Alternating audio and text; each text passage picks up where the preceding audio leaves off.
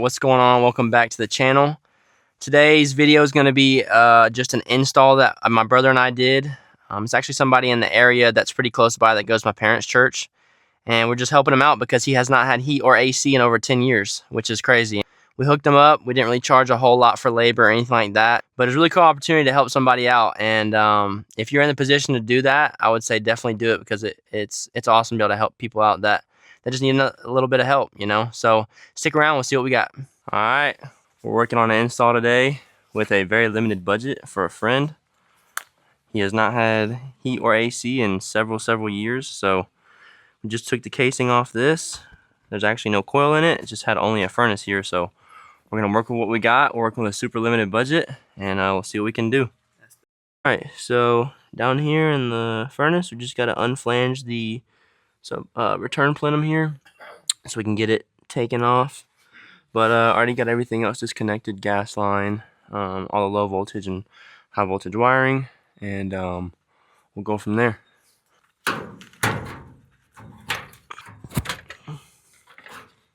So what we'll do is we'll pull that furnace that way and pull the plenum that way, the opposite way. Hold on. Go ahead. Is it off your side? Yep. All right, good.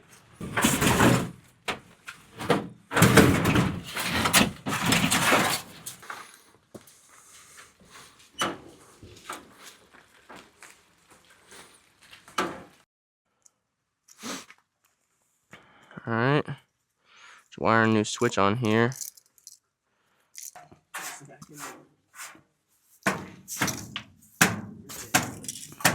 All right, so furnace is in place. We're about to get the coil put on here, but I just wanted to go over something real quick with this mitigation board. So this is a Goodman, obviously, but they give you this grommet with the kit. You pop a hole out in the door, run your sensor wire out. So there's your sensor right there. That wire runs out the front of the door, and it'll wire into the furnace. Nothing else too different besides that sensor, and you've got this red cap here just to signify A2L. But yeah, nothing too crazy. Just got to plug this into the board, and I'll go over that later on in the video too.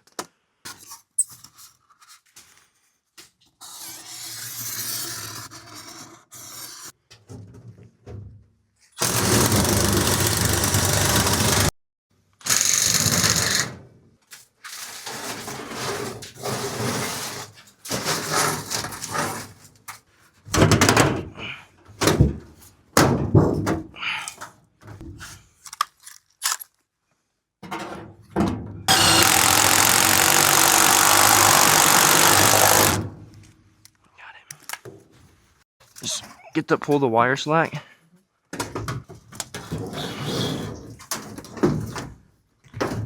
Just get it over. Turn. See what I'm doing. There you go. That'll work. Yeah, that'll work.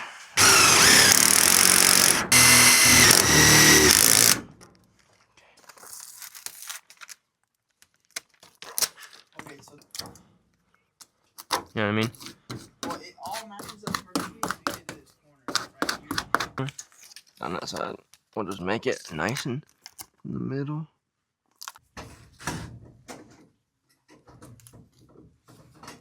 Alright, so we got everything in place. Got the return hooked up. Gonna mastic it up. Hook up our gas connections, low voltage and high voltage and flue pipe. And then tomorrow when we come back, we'll run the line set because it's pretty wet and nasty out here today. Pretty rainy, so we don't want to get any moisture in the line set. But so far so good. It went up pretty good. Like I said, we're dealing with a pretty low budget, so just trying to do the best job we can. Seal it up real good with mastic before we cover it back up with insulation and all that good stuff. All right, so just a little thing we like to do when we mastic. Just give it some tape lines. Doesn't matter how big or how small the job. Still just do it right. Make it look presentable. Your work. Hold that top seam down. Just kind of pull that up like that. And you'll have a nice crisp line when you mastic over this. People, you know, no matter like if I'm in a $2 million house or a trailer home, if I'm doing stuff like an install, especially, I'm gonna do it right.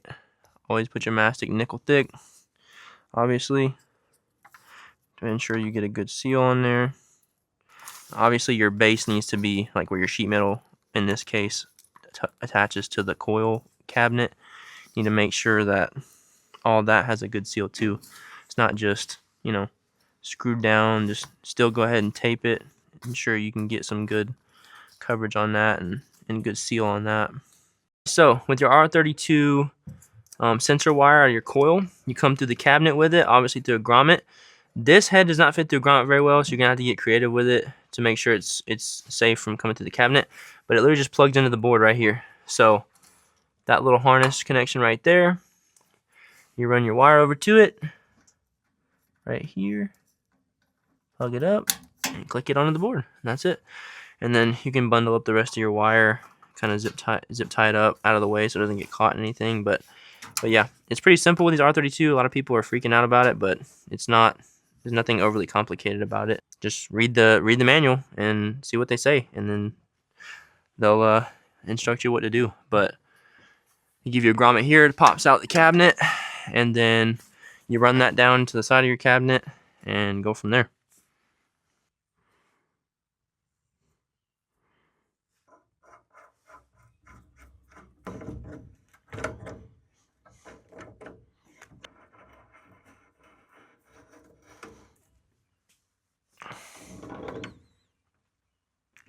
So we're at a stopping point for today.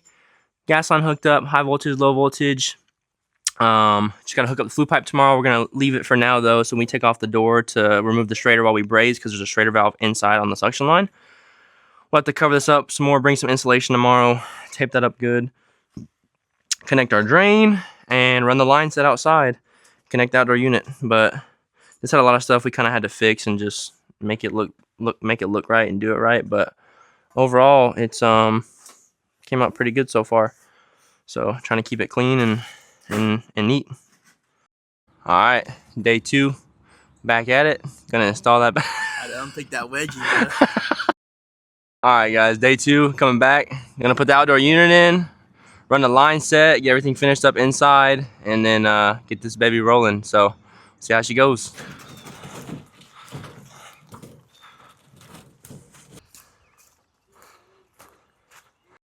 All right, so when you're running new line set, I always tape the caps on here on the ends.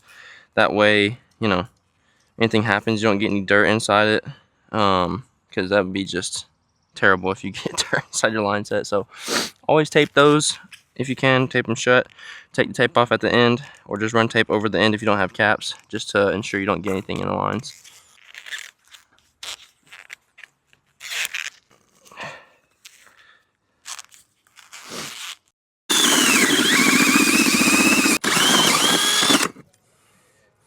There it is. Got through that much wood at the end. Alright, so we're at 2700, 2200, 2000, 1900 and dropping.